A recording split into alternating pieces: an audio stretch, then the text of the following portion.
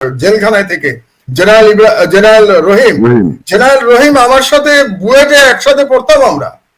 General রহিমের যেদিন মৃত্যু সংবাদ পেলাম আমি সারা রাত ঘুমাতে পারি নাই কনক, আমার এত ঘনিষ্ঠ বন্ধু।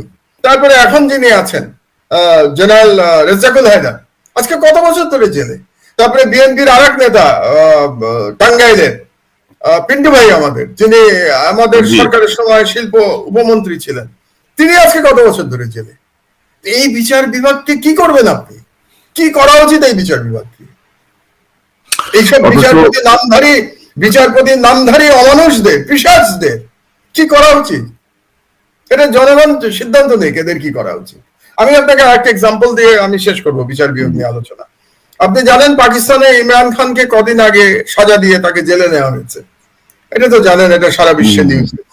যে বিচারক এই সাজা দিয়েছে, ট্রায়াল কোর্টের বিচারক, তার নাম হচ্ছে হুমায়ুন দেলওয়ার। তো হুমায়ুন দেলওয়ার এই ইমরান খানকে সাজা দিয়ে তিনি লন্ডনে গেছেন। লন্ডনে একটা ইউনিভার্সিটি অফ হল নামে খুব বিখ্যাত ইউনিভার্সিটি আছে, সেখানে আইন বিষয়ে পড়াশোনা করা হয়, এবং তিনি গেছিলেন সেখানে একটা কোর্স করবার জন্য। কিন্তু পাকিস্তানি ডায়াসপোরার যে সমস্ত ছেলে মেয়েরা হাল ইউনিভার্সিটিতে পড়ে, তারা সবাই মিলে এমন প্রতিবাদ করেছে যে ওই বিচারককে আর ওই হাল ইউনিভার্সিটিতে ঢুকতে দেওয়া হয়নি এখন পর্যন্ত সে কোনো ক্লাস করতে পারে নাই হাল ইউনিভার্সিটিতে। তো আমি যেটা বলতে চাচ্ছি, পাকিস্তানি ডায়াসপোরা যেটা করতে পারছে, আমরা কেন করতে পারছি না? এই যে বিচারপতিদের আমি নাম বললাম, এরা প্রায় তো বিদেশে যায় না? আমেরিকাতে যায়, আপনাদের দেশে যায়, লন্ডনে যায়, বিভিন্ন জায়গায় যায়।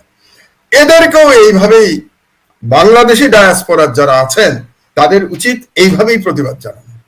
যেখানে তারা বক্তৃতা দিতে যাবে কিংবা কোনো জায়গায় যাবে, সেখানে বাংলাদেশি ছেলে মেয়েদের দাঁড়িয়ে যাওয়া উচিত যে এই ধরনের পিশাচদের কিংবা এই ধরনের মানুষদের, যাদের অবিচার করবাই যাদের পেশা, তাদেরকে আমরা কোনো বক্তৃতা করতে দিব না।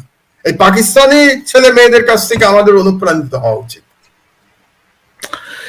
এবং মাহমুদ ভাই, আপনি জানেন যে প্রত্যেকটা জাজমেন্ট, সালাউদ্দিন কাদের চৌধুরী জাজমেন্ট দেওয়ার আগেই পাবলিক হয়ে হাতে চলে আসছে আইন মন্ত্রণালয়ের সোর্সে, কিন্তু জাজমেন্ট বহাল ছিল। ডক্টর আখতারুজ্জামান বেগম খালেদা জিয়ার ওই যে এতিমখানার এই মামলার রায় দিয়ে 5 বছর সাজা দিয়ে তিনি হাইকোর্টে প্রমোটেড হয়েছেন। ওইটাকে আবার বৃদ্ধি করে এনায়েতুর রহিম অ্যাপিলেট ডিভিশনে প্রমোটেড হয়েছে 10 বছর দিয়ে। হ্যাঁ, 10 বছর দিয়ে। হয়তো দেখেন আমরা কোথায় আশা রাখবো? দেখেন এই যে আমাদের চিফ জাস্টিসের ছবি দেখেন, এই বিচারপতিরা কিন্তু আলাদা একটা পড়ে না ছিল। এই ক্যাঙ্গারু কোর্টও যাকে যাবজ্জীবন কারাদণ্ড দিল, তাকে চিফ জাস্টিস সুপ্রিম কোর্ট তাকে মৃত্যুদণ্ড দিয়ে দিল। যেমন বেগম খালেদা জিয়ার ক্ষেত্রে বিচারিক আদালতের 5 বছর 10 বছর হয়ে গেল হাইকোর্টে, উচ্চ আদালতে গিয়ে। আর কাদের মোল্লার ক্ষেত্রেও তাই হয়েছে। আর দুটো বিষয়ে বলা দরকার এই ক্যাঙ্গারু আদালত সম্পর্কে। একটা তো আপনি বললেন আইন পাল্টে রেট্রোস্পেক্টিভ ইফেক্ট দিয়ে কাদের মোল্লাকে ফাঁসি দেওয়া হয়েছে, যেটা কোনো আইনে, পৃথিবীর কোনো আইনে রেট্রোস্পেক্টিভ বিধানের কোনো সুযোগ নাই। এটা হলো একটা।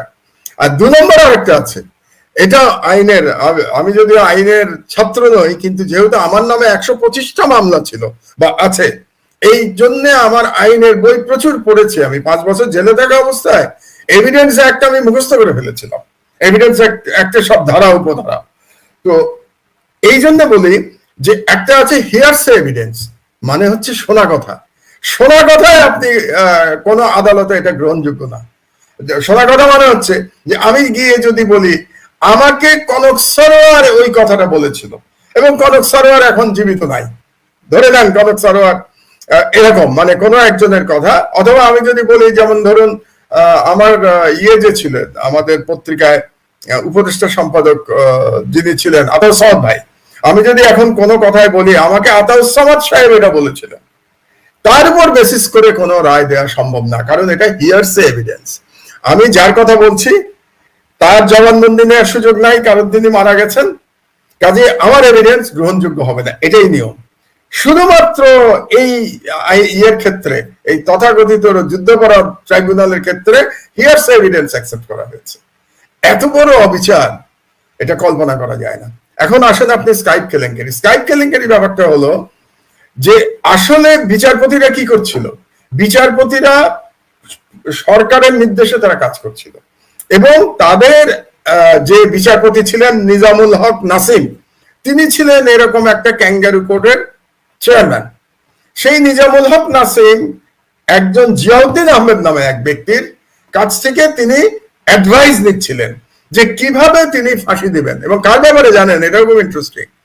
এটা তিনি তখন দিতে চাচ্ছিলেন দেলোয়ার হোসেন সাঈদীকে ফাঁসি দিতে চাচ্ছিলেন। তো মাওলানা দেলোয়ার হোসেন সাঈদীকে ফাঁসি দিতে যাচ্ছেন, তো তিনি আলোচনা করছেন বেলজিয়ামে ভদ্রলোক থাকতেন, ওই কি বলে জিয়াউদ্দিন আহমেদ, এবং জিয়াউদ্দিন আহমেদকে উনি আগে আগে বলে দিচ্ছেন যে এই সাক্ষী দিচ্ছে, আপনি একটু অ্যাডভাইস করেন তো কি করলে পরে আমরা তাকে ফাঁসি দিতে পারি। কল্পনা করা যায় না কোনো বিচারপতি এই জিনিস করতে পারে।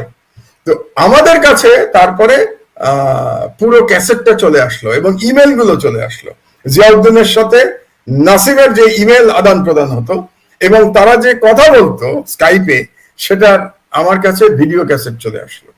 এবং যিনি পাঠিয়েছিলেন তিনি মনে করেছিলেন একমাত্র আমার দেশের সাহস আছে এটা ছাপানোর জন্য বাংলাদেশে, আর কোনো পত্রিকার এই সাহস নাই। তো আমাদের কাছে যখন আসলো তখন আমি নোমানকে দায়িত্ব দিয়েছিলাম, এরালুল্লাহ নোমানকে, যে তুমি প্রত্যেকটা অডিও ক্যাসেট শোনো একেবারে ঘন্টার পর ঘন্টা। আমার মনে হয় প্রায় 10-12 ঘন্টার অডিও ক্যাসেট। তো এগুলো তার মানে নোমানকে প্রায় 5-6 দিন ধরে শুধু শুনতে হয়েছে, ট্রান্সক্রিপ্ট বানাতে হয়েছে। এগুলো ট্রান্সক্রিপ্ট বানানো হলো, ইমেল গুলো চেক করা হলো, আমরা প্রমাণ মানে আমরা শিওর হলাম যে এগুলো অথেন্টিক শিওর হওয়ার পরে আমরা এগুলো ছাপানো শুরু করলাম। এবং একই সময় আপনার মনে আছে লন্ডনের দি ইকোনমিস্ট, তারাও একই সময় এই ক্যাসেটটা পেয়ে যায়, ইমেল গুলো পেয়ে যায়, এবং তারাও এটা ছাপায়। তো তার পরিণতিতে কি হয়েছে তো আপনি জানেনই, আমাকে জেলে যেতে হয়েছে, আমার দেশ পত্রিকা বন্ধ হয়ে গেছে, অলিউল্লাহ নোমানকে দেশ ছাড়তে হয়েছে। আপনি চিন্তা করুন, আপনি আমেরিকাতে আছেন কোন, আপনার মনে আছে 1972-তে ওয়াটারগেট কেলেঙ্কারি হয়েছিল। ওয়াটারগেট কেলেঙ্কারি যখন হয়েছিল নিক্সনের সময়, তখন ওয়াটারগেট কেলেঙ্কারি এক্সপোজ যারা করেছিল যে সাংবাদিকরা, তাদেরকে পুলিৎজার প্রাইজ দেওয়া হয়েছিল, মনে আছে না আপনাদের? নাম করা সাংবাদিক, এবং সারা বিশ্বে তাদের নাম ছড়িয়ে পড়লো, কারণ এরকম একটা অডিও ক্যাসেট, তারাও কিন্তু অডিও ক্যাসেট পেয়েছিল। তো বাংলাদেশে আমরা যে এত বড় একটা স্কুপ নিউজ করলাম, আমাদের তো পুরস্কৃত হওয়া উচিত ছিল, তাই না? সাংবাদিকতার নিয়মে, তাই না? এরকম একটা স্কুপ নিউজের জন্য তো পুরস্কৃত হওয়া উচিত ছিল। কিন্তু বাংলাদেশটা হাসিনার দেশ, হাসিনার দেশে এই নিউজের জন্য পুরস্কৃত হওয়ার কোনো সুযোগ নেই। কাজেই সব মিলে বিচার বিভাগের নামে গত 15 বছরে যা করা হয়েছে, যে জুলুম করা হয়েছে, এটা বাংলাদেশের জনগণ যেন ভুলে না যায়, এটাই আমার আবেদন বাংলাদেশের জনগণের প্রতি। এবং আমি যাদের নাম বললাম, এখনো আমি যাদের নাম বলছি, যে 6 জনের নাম বললাম, এদের প্রত্যেকের বিচার হওয়া উচিত।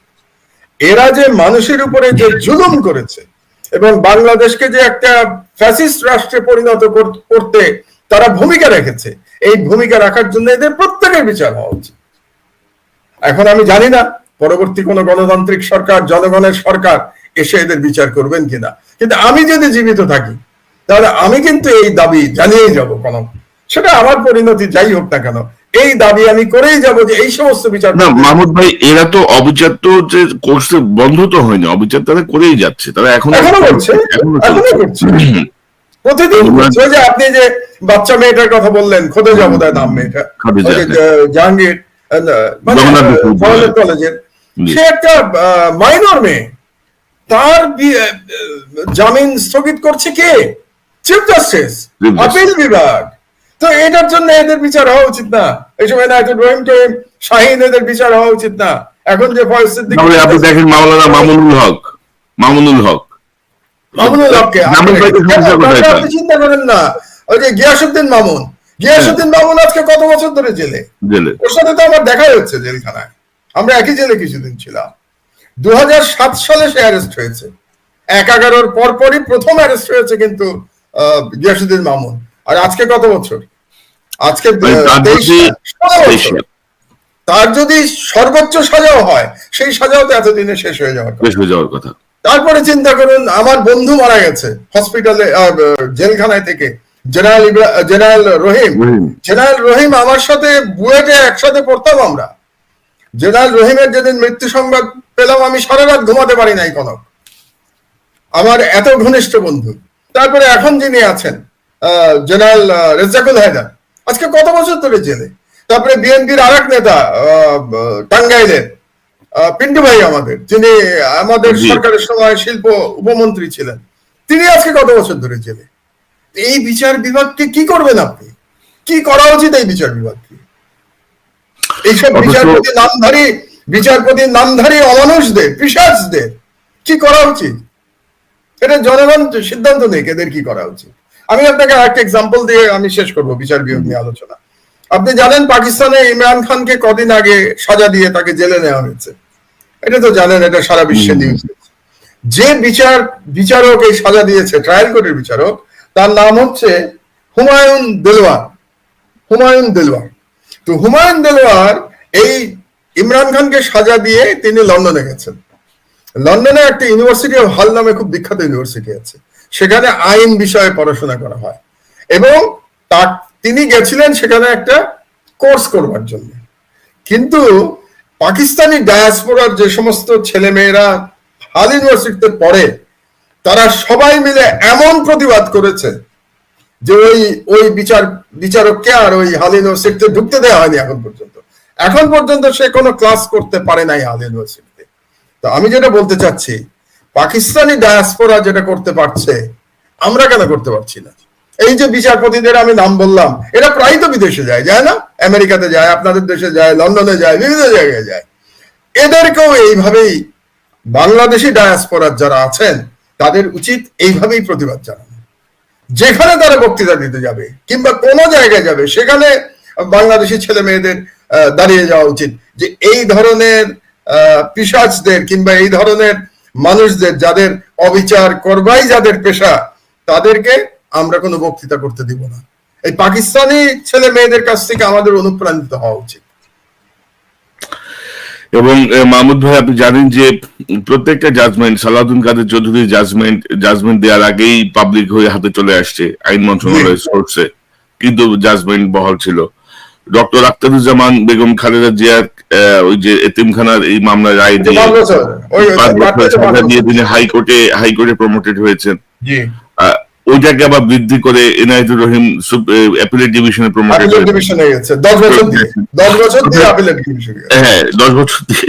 হয়তো দেখেন আমরা কোথায় আশা রাখবো? দেখেন এই যে আমাদের চিফ জাস্টিসের ছবি দেখেন, এই বিচারপতিরা কিন্তু আলাদা একটা পড়ে না, পাকের একটা সাদা পড়ে যে তারা খুব লার্নেড, জ্ঞানের প্রতীক হিসেবে তারা কিন্তু যখন ফুল বেঞ্চ, এরা তো লেখাপড়াও জানে না। আরে অন্যটা বাদ দেন, এরা লেখা, আপনি এদের ব্যাকগ্রাউন্ড দেখেন, সিভি পড়েন, সবগুলো থার্ড ক্লাস পাওয়া, থার্ড ক্লাসে বিএ পাস করা লোকজনেরা, থার্ড ক্লাসে ল পাস করা লোকজন, এরা জ্ঞানী। এদের কোনো জ্ঞান আছে না? এরাও মানে সেই ব্রিটিশ নিয়ম অনুযায়ী তারা এখনো সেই হোয়াইট হেয়ার কি যেন বলে, এটার একটা নাম আছে, কি যেন নাম ভুলে গেছি, গাউন ডাউন পরে খুব ভাবে সাবে থাকেন। তো কিন্তু বিচারকের আসনে বসে তারা যেভাবে অবিচার করেন, এবং অনেকেরই আপনার ব্যক্তিগত বেশ কিছু তথ্য আমাদের হাতে আছে যেগুলো আমরা যাচাই করার চেষ্টা করছি। তাদের প্রচুর সম্পত্তি দেশে বিদেশে, তাদের ছেলেমেয়েরা আরামায় সেদিন কাটাচ্ছে। আর আপনি তো জানেন যে চিফ জাস্টিস হাসান ফয়েজ সিদ্দিকীর আপন ভাস্তি, আপন ভাইয়ের মেয়ে আমেরিকায় $6 লক্ষ চুরি করে ধরা পড়ছে।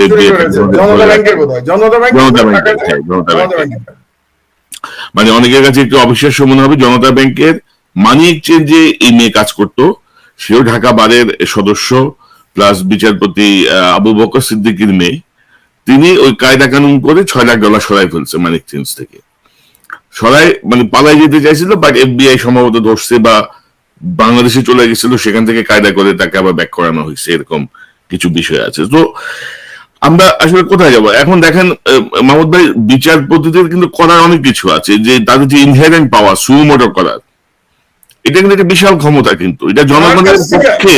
কার কাছ থেকে আশা করছেন আপনি? এটা কথা, কাদের কাছ থেকে আশা করছেন? আমাদের নরকের কীট, আমি বলি নরকের কীট, এরা দোজখের কীট, এরা মানুষ নামের অযোগ্য। এদের কাছ থেকে আপনি মনুষ্যত্ব আশা করছেন, আপনি বিবেক আশা করছেন এদের কাছ থেকে? এদের ব্যাকগ্রাউন্ড গুলো দেখেন, এরা কারা? বিচারপতিদের এই ইনহেরেন্ট পাওয়ার যেটা সুমোটো, এই সুমোটো প্রয়োগ করেই তো বাংলাদেশের আইন শৃঙ্খলা বা বহু অন্যায় বিচার ঠেকাই দেওয়া সম্ভব।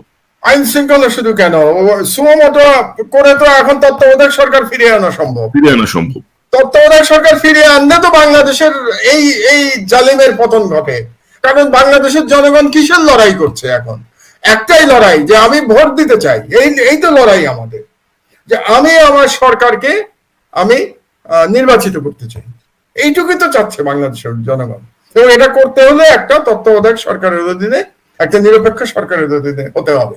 আর নয়তো বাংলাদেশে কোনো free, fair and inclusive election সম্ভব না। আপনি আমেরিকা কি বলছে? আমেরিকাও তো একই কথা বলছে, যে বাংলাদেশে free, fair and inclusive election হতে হবে।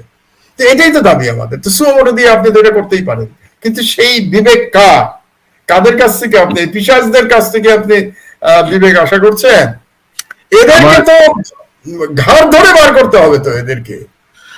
মোহাম্মদ ভাই, আমার আব্বা তো লয়ার ছিলেন, তো আমি ওনাকে একবার বলছিলাম যে এই যে আপনারা বিচারকদের সামনে যে, মানে আমার বন্ধু বান্ধব তখন অনেকে সাব জজ হয়ে গেছে বিচারের রাজকর্মী প্রশাসন, আপনারা এই যে বিচারকদের সামনে যে এত কাচুমাচু, এত বিনয়ের সাথে কি আছে, এত বিনয়ের কি আছে? এটা হচ্ছে বাংলাদেশে এই সাবকন্টিনেন্টে এই জিনিসটা প্রচলিত বেশি।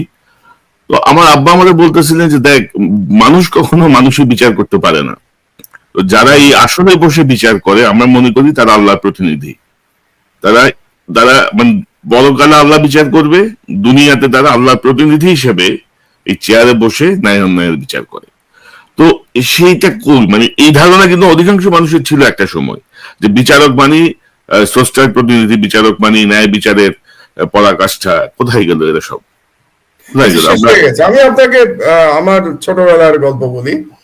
এক বিচারককে চিন্তাম আমি।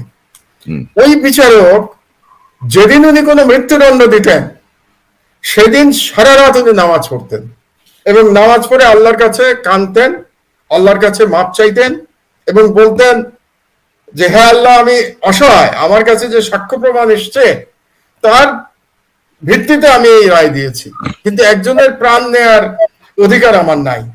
তো আমার ভুল হয়ে থাকলে আপনি আমাকে মাফ করে দেবেন। সারা রাত ভদ্রলোক কাঁদতেন এবং নামাজ পড়তেন। এই বিবেক কোথায় গেছে এখন? এখন তো বাংলাদেশে নামাজ পড়েন বললে তো একটা অপরাধ। বাংলাদেশ তো কি বলবো, এটা তো একটা হিন্দুত্ববাদী দেশ এখন। নামাজের কথা তো বাংলাদেশে আপনি বলতেই পারবেন না, কিন্তু আগের বিচারপতিরা এরকমই ছিলেন সেই সময়। আমরা খুবই আসলে মানে এই মুক্তির জন্য যে আপনি কোথাও যাবেন, আমাদের এখানেও কোনো সেক্টর নাই যে সেক্টরের মাধ্যমে আপনি উত্তরণের একটা রাস্তা দেখতে পারেন। এখন ঐশী কোনো পথ প্রদর্শক বা ঐশী, আমি আপনাকে একটা পুরনো কথা বলি কেমন? আমি 75 সালের কথা বলি আপনাকে। 75 সালের 14ই আগস্টে আমি তখন বুয়েটে পড়ি, শেরে বাংলা হলে থাকতাম। আর বুয়েটে তখন আমি সেকেন্ড ইয়ারে, সম্ভব সেকেন্ড ইয়ার অথবা থার্ড ইয়ারে পড়ি, 75-এ, হ্যাঁ থার্ড ইয়ারে পড়ি। আমি তখন থার্ড ইয়ারে পড়ি কেমিক্যাল ইঞ্জিনিয়ারিং এ, আপনি জানেন। তো আমরা সবাই শুনলাম যে পরের দিন সকালে শেখ মুজিবুর রহমান আসবেন ঢাকা ইউনিভার্সিটিতে। তো ঢাকা ইউনিভার্সিটি আমাদের পাশেই। তো এবং ওই দিন, ওই 15ই আগস্ট ওনাকে বাংলাদেশের যাবজ্জীবন প্রেসিডেন্ট তাকে ঘোষণা করা হবে, এবং এই ঘোষণা দেওয়া হবে ঢাকা ইউনিভার্সিটি থেকে। পরের দিন কিন্তু ওনার ঢাকা ইউনিভার্সিটিতে আসার কথা। উনি কি আসতে পেরেছিলেন? উনি আসতে পারেন নাই। উনি যাবজ্জীবন প্রেসিডেন্টও আর হতে পারেন নাই, ওনার খায়েশ পূর্ণ হয় নাই। কাজে আল্লাহ কি করবেন আমরা জানি না। এবং 15ই আগস্টে যখন আমরা সবাই জনগণ খবর পেল যে তিনি সপরিবারে নিহত হয়েছেন এবং বাকশালের পতন হয়েছে, আমরা বেরোলাম, আমরা স্টুডেন্ট যারা ছিলাম, ছাত্ররা, আমরা বাইরে দেখতে বেরোলাম। আপনি জানেন ঢাকার কোনো মিষ্টির দোকানে কোনো মিষ্টি পাওয়া যায় নাই, কারণ লোকের সমস্ত মিষ্টি কিনে নিয়ে গেছে। কারণ শেখ মুজিব স্বৈরাচার, এবং সেই স্বৈরাচারের পতন হয়েছে। বাংলাদেশের বাকশালের পতন হয়েছে, একদলীয় বাকশালের পতন হয়েছে। বাংলাদেশের জনগণ তো মুক্তিযুদ্ধ করে নাই বাকশালের অধীনে থাকবার জন্য। তাহলে পাকিস্তানে আমলে কি সমস্যা ছিল? পাকিস্তানি আমলে লড়াই তো করা হলো রাজনৈতিক অধিকার আদায়ের জন্য। এই ভোটাধিকারের আদায়ের জন্য। শেখ মুজিবুর রহমানকে যেহেতু তাকে রাষ্ট্র ক্ষমতা দেয়া হলো না 70-এর নির্বাচনে জয়লাভ করার পরেও, সেই কারণেই তো আন্দোলন হলো, মুক্তিযুদ্ধ হলো। তাহলে সেই শেখ মুজিবুর রহমান যদি আমাদের গণতান্ত্রিক অধিকার ছিনিয়ে নেন, তাহলে তাকে হটানো ছাড়া আর কি কোনো উপায় থাকে? তো আজকে বাংলাদেশের যে অবস্থা, আজকে শেখ হাসিনা আমাদের গণতান্ত্রিক অধিকার, আমাদের মানবাধিকার, আমাদের রাষ্ট্রীয় সম্পদ এবং আমাদের সার্বভৌমত্ব সমস্ত কিছু ধ্বংস করে দিয়েছে। আপনার সার্বভৌমত্ব আছে নাকি? আপনি তো দিল্লির চাকর। আপনার কে বাংলাদেশ স্বাধীন বলে? কিসের স্বাধীনতা বাংলাদেশের? কিসের স্বাধীনতা দিবস পালন করে বাংলাদেশ? বাংলাদেশের সেনাবাহিনীর চিফরা বলে না যে ভারতীয়দের নির্দেশ ছাড়া বাংলাদেশে কেউ সেনাবাহিনীর প্রধান হয় না? তো যে দেশের সেনাবাহিনীর প্রধান দিল্লি থেকে নির্ধারিত হয়, সেই দেশের স্বাধীনতা তামাশা নাকি? এটা তামাশা? কিসের স্বাধীনতা? এর থেকে তো কলোনি হওয়া ভালো। লোকে জানতো যে আমরা কলোনি। আনডিক্লেয়ার্ড কলোনি হওয়ার চেয়ে ডিক্লেয়ার্ড কলোনি হওয়া ভালো না আমাদের জন্য? আপনি ডিক্লেয়ার্ড কলোনি হন। শোনা যাচ্ছে না? দুটি বিষয় একটু আনতে চাই আপনার সামনে। একটি হচ্ছে আন্তর্জাতিক আইন বিশেষজ্ঞ আইনজীবী টবি কেডম্যান, তিনি ঘোষণা দিয়েছেন যে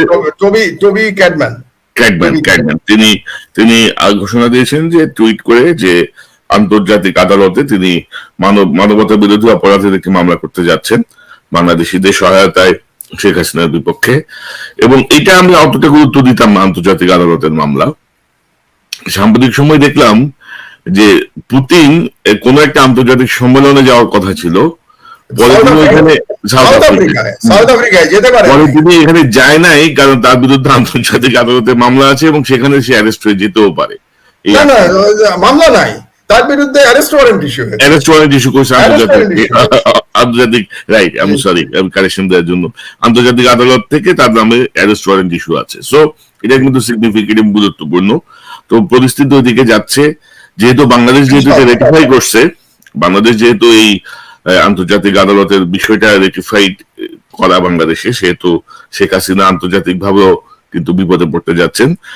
আর আপনি জানেন যে মার্কিন যুক্তরাষ্ট্রের একজন প্রতিনিধি এই মুহূর্তে বাংলাদেশে আছেন, দুর্নীতি বিষয়ক বিষয় নিয়ে তিনি কথা বলতে এসেছেন। আমি যেটা শুনলাম যে দুর্নীতি দমন বিষয়ক সমন্বয়ক রিচার্ড নেফিউ ঢাকায় এসেছেন তিনি, এবং তিনি সম্ভবত দুদকের সঙ্গে বৈঠক করতে পারেন নাই, চেয়ারম্যানের সঙ্গে দেখা হয়নি বা পরবর্তীতে দেখা হয়েছে কিনা আমার কাছে আপডেটটা নাই। তিনি বলেছেন যে নিষেধাজ্ঞা হচ্ছে দুর্নীতি দমনের একটা সেরা অস্ত্র। তো সেদিক থেকে আশঙ্কা করা হচ্ছে এই যে হঠাৎ করে এস আলমের যে বিবরণ আমরা দেখলাম বা আরো সব দেখলাম ডেইলি স্টারে, তো সব মিলিয়ে এই দুটো বিষয় নিয়ে যদি আপনি একটু আলোচনা করেন সংক্ষেপে। এটা তো খুব ইতিবাচক।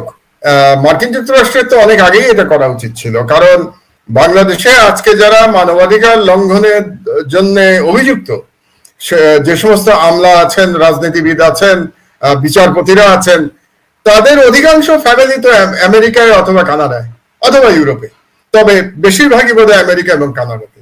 কাজেই এদেরকে যদি যুক্তরাষ্ট্র যদি সত্যি সিরিয়াস হয়ে থাকে এই ব্যাপারে, এই দুর্নীতি দমনের ব্যাপারে, তাহলে তো এদেরকে ইমিডিয়েটলি তাদের বিরুদ্ধে স্যাংশন দেওয়া উচিত, তাদের অ্যারেস্ট করা উচিত যদি তারা যুক্তরাষ্ট্রে থাকে এখন কিংবা কানাডাতে থাকে, তাহলে তাদের গ্রেফতার করা উচিত এবং তাদের বিষয় সম্পত্তি সব বাজেয়াপ্ত করা উচিত।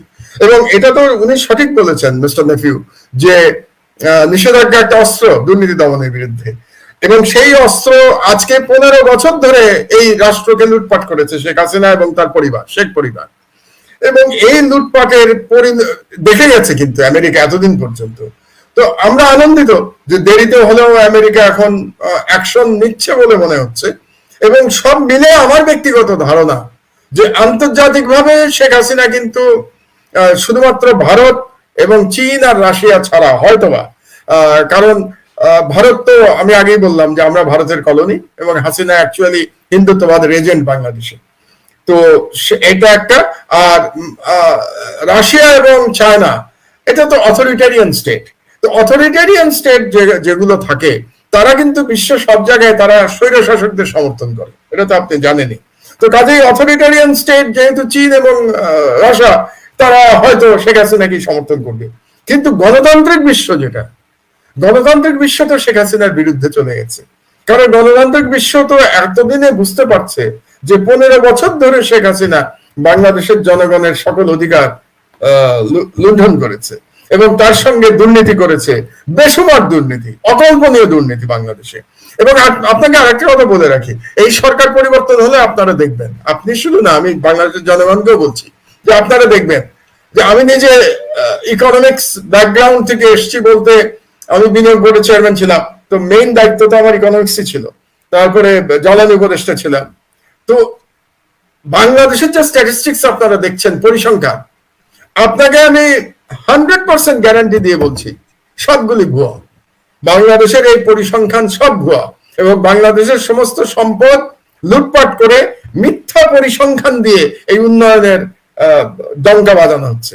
যেমন ধরুন, একটা ছোট্ট নিউজ আমি কদিন আগে দেখলাম, তাহলে আপনারা বুঝবেন যে কি ধরনের মিথ্যা তথ্য এই সরকার দিচ্ছে। ইলিশ মাছের প্রোডাকশন, আপনি জানেন না, যখন একটা দেশের জিডিপি হিসাব করা হয় তখন সেই দেশের কিন্তু সকল সেক্টরের জিডিপি ক্যালকুলেট করতে হয়, এটা তো আমরা জানি। তো ইলিশ মাছের মানে মাছের প্রোডাকশনও কিন্তু একটা GDP one of the element. আপনি শুনলে অবাক হবেন যে বাংলাদেশে ইলিশ মাছের হিসাবেও ভুয়া হিসাব দেওয়া হচ্ছে, মানে যেটা অ্যাকচুয়াল প্রোডাকশন তার থেকে অনেক বাড়িয়ে দেখানো হচ্ছে ইলিশ মাছের প্রোডাকশন। কেন বাড়িয়ে দেখাচ্ছে? যাতে করে জিডিপি বাড়িয়ে দেখানো যায়। এই যে আপনার উন্নয়নের যে স্লোগান দেখতে পাচ্ছেন, এগুলো সব বানানো। এবং বাংলাদেশ কিভাবে চলছে এখন? টাকা ছাপিয়ে চলছে। বাংলাদেশ ব্যাংকের সমানে টাকা ছাপানো হচ্ছে এবং টাকা ছাপানোর কারণেই বাংলাদেশে ইনফ্লেশন হচ্ছে। এই যে এখন এত ইনফ্লেশন, মূল্যস্ফীতি, জিনিসপত্রের দাম বেশি, এটা কারণটা কি? হাসিনা বলছে যে ইউক্রেন যুদ্ধের জন্য হয়েছে বাংলাদেশে। তো আপনি ডোমেস্টিক যে প্রোডাকশন, তার সাথে ইউক্রেন যুদ্ধের সম্পর্ক কি? ইউক্রেন যুদ্ধের সম্পর্ক তো ইম্পোর্টের উপরে, ইম্পোর্ট এক্সপোর্টের উপরে ইউক্রেন যুদ্ধের সম্পর্ক। আমাদের ডোমেস্টিক প্রোডাকশনের সাথে তো ইউক্রেন যুদ্ধের কোনো সম্পর্ক নাই। আসল কথা হচ্ছে এই মূল্যস্ফীতির কারণ হচ্ছে টাকা ছাপানো। টাকা ছাপিয়ে এই সরকার চলছে এবং এই কারণেই জিনিসপত্রের দাম এত বেড়ে গেছে, সবকিছু জনগণের এত নাবিশ্বাস। তো এই জিনিসগুলির জন্য বিচার হওয়া উচিত এবং আমি মনে করি টমি ক্যাটম্যান যদি আন্তর্জাতিক আদালতে হাসিনার বিরুদ্ধে